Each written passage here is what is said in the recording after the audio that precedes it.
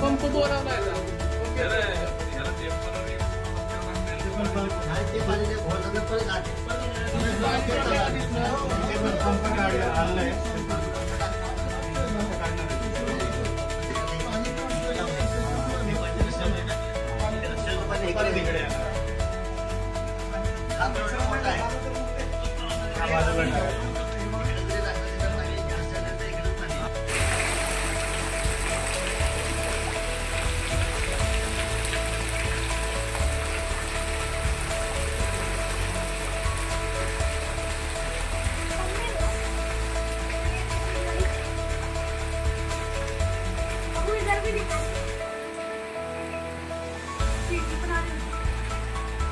भेजना है।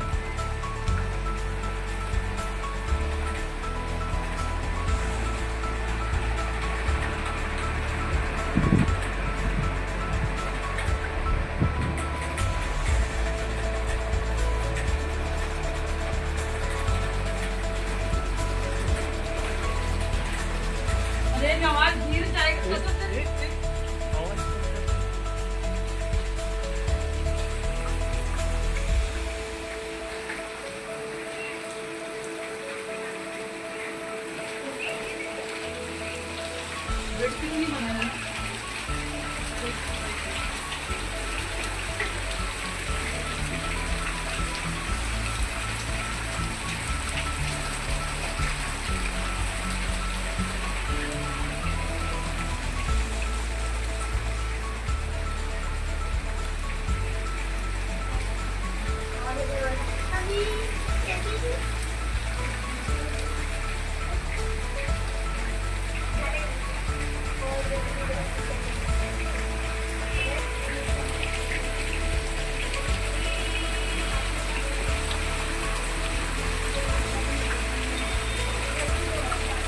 हा इथून पाणी पासच होत नाही बाहेर, सगळं पाणी माझ्या घरात येते.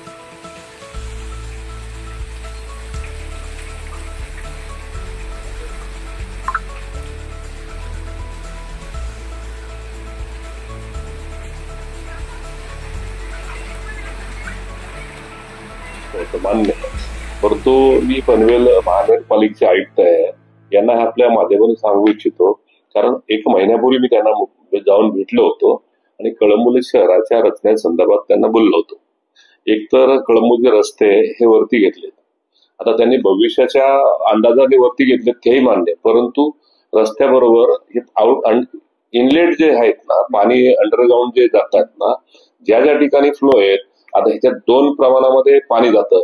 कळंबोलीच्या दोन भाग आहेत, एका भागामध्ये इकडं जे चर्च आहे त्याला जोडलेलं आहे आणि दुसऱ्या भागामध्ये केलीच्या इकडनं जातो त्याला जोडलेलं आहे.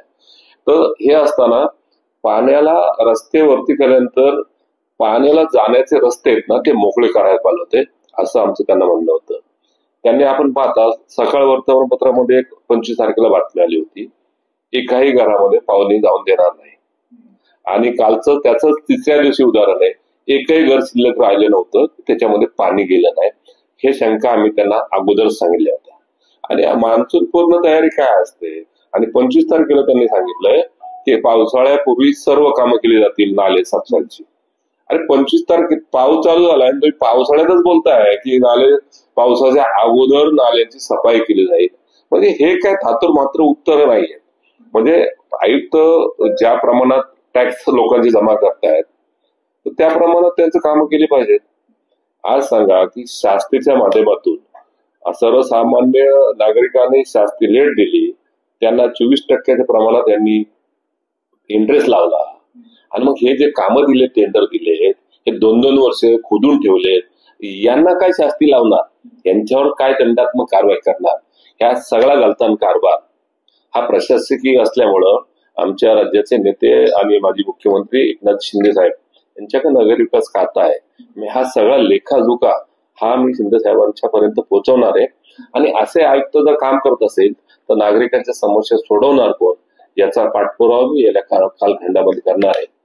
आणि पुन्हा त्यांना ज्यावेळेला आम्ही काल फेरफटका मारला कळंबोली शहरामध्ये, आम्ही सर्व आमची शिवसेनेची टीम फिरत होते, कारण आम्हाला शंका होती. आम्ही 25-30 वर्ष इथे राहतोय, आम्हाला इथली सगळी परिस्थिती माहिती आहे. ऐकते येता 4 दिवस नवीन आल्यानंतर ऑफिसमध्ये बसून आधेच देत असतील आणि फक्त फोटोशूट साठी जर फिरून काढत असेल की नाली सफाई झाली, तर ते कागदावरची नाली सफाई चालणार नाहीये. त्यांना प्रॅक्टिकली नाली सफाई करायला पाहिजे होती, ती काही प्रशासनानं केलेली नाही. त्याच्या संदर्भात आम्ही आवाज उठवणार आहे या कालखंडामध्ये. आम्ही काल सगळी फेरी मारत असताना आमच्या आहेत सर्व आपल्याला डिटेल्स देतो की सर्व घरामध्ये पाणी गेलं होतं. त्या ज्या घरांना ग्राउंड फ्लोअरला आहेत त्यांना आम्ही जेवणाची सोय आमच्या काही शिवसैनिकच्या माध्यमातून केली, पण हे चुकीचं आहे. याचबरोबर आता पावसाळा चालू झालाय, पाण्याची व्यवस्था काय आहे, तर पाण्याचं शून्य नियोजन आहे. स्वतःच्या मालकीचं धरण नाही आहे. मग जर पाण्याची व्यवस्था कमी आहे तर तुम्ही नवीन कामाला OCCC देताय कशा? आपण पाहत असाल की तलोजा हा रोहिंजन हा भाग आहे, हा लाखो घरं तिथं बांधली गेली. त्याच्यामध्ये सिडकोनी बांधलेली ही जी घरं, म्हणजे लाखोच्या प्रमाणात घरं बांधली जात आहेत. बरं, शासनाने बांधली, गोरगरिबांसाठी बांधले, परंतु बिल्डरांनी जे त्या इकडे मोठ्या प्रमाणात घरं बांधले त्यांना OCCC कुठल्या मुद्द्यावर देता? तुम्हाला आज जे लोक राहत आहेत त्या लोक राहतात त्यांना ते पाणी नाहीये, नवीन अजून तुम्ही त्यांचं संकट आणून काय ह्यातनं नेमकं साध्य करणार आहात? आपण मला त्यांना मी आम्ही तर विनंती बोलतोय, परंतु एक विनंती करण्याची पण एक लिमिट असतं आणि ते संपल्यानंतर मग आम्ही शिवसेनेच्या पद्धतीने काय काम करायचं ते ठरवू आम्ही. परंतु हे चुकीचा सगळा गलथान कारभार हा पनवेल महानगरपालिकेत चाललाय, याच्यावर कुठेतरी रोख लागला पाहिजे. त्या अनुषंगानं आम्ही माननीय एकनाथ शिंदे साहेब त्यांची भेट येत्या कालखंडामध्ये घेणार आहोत.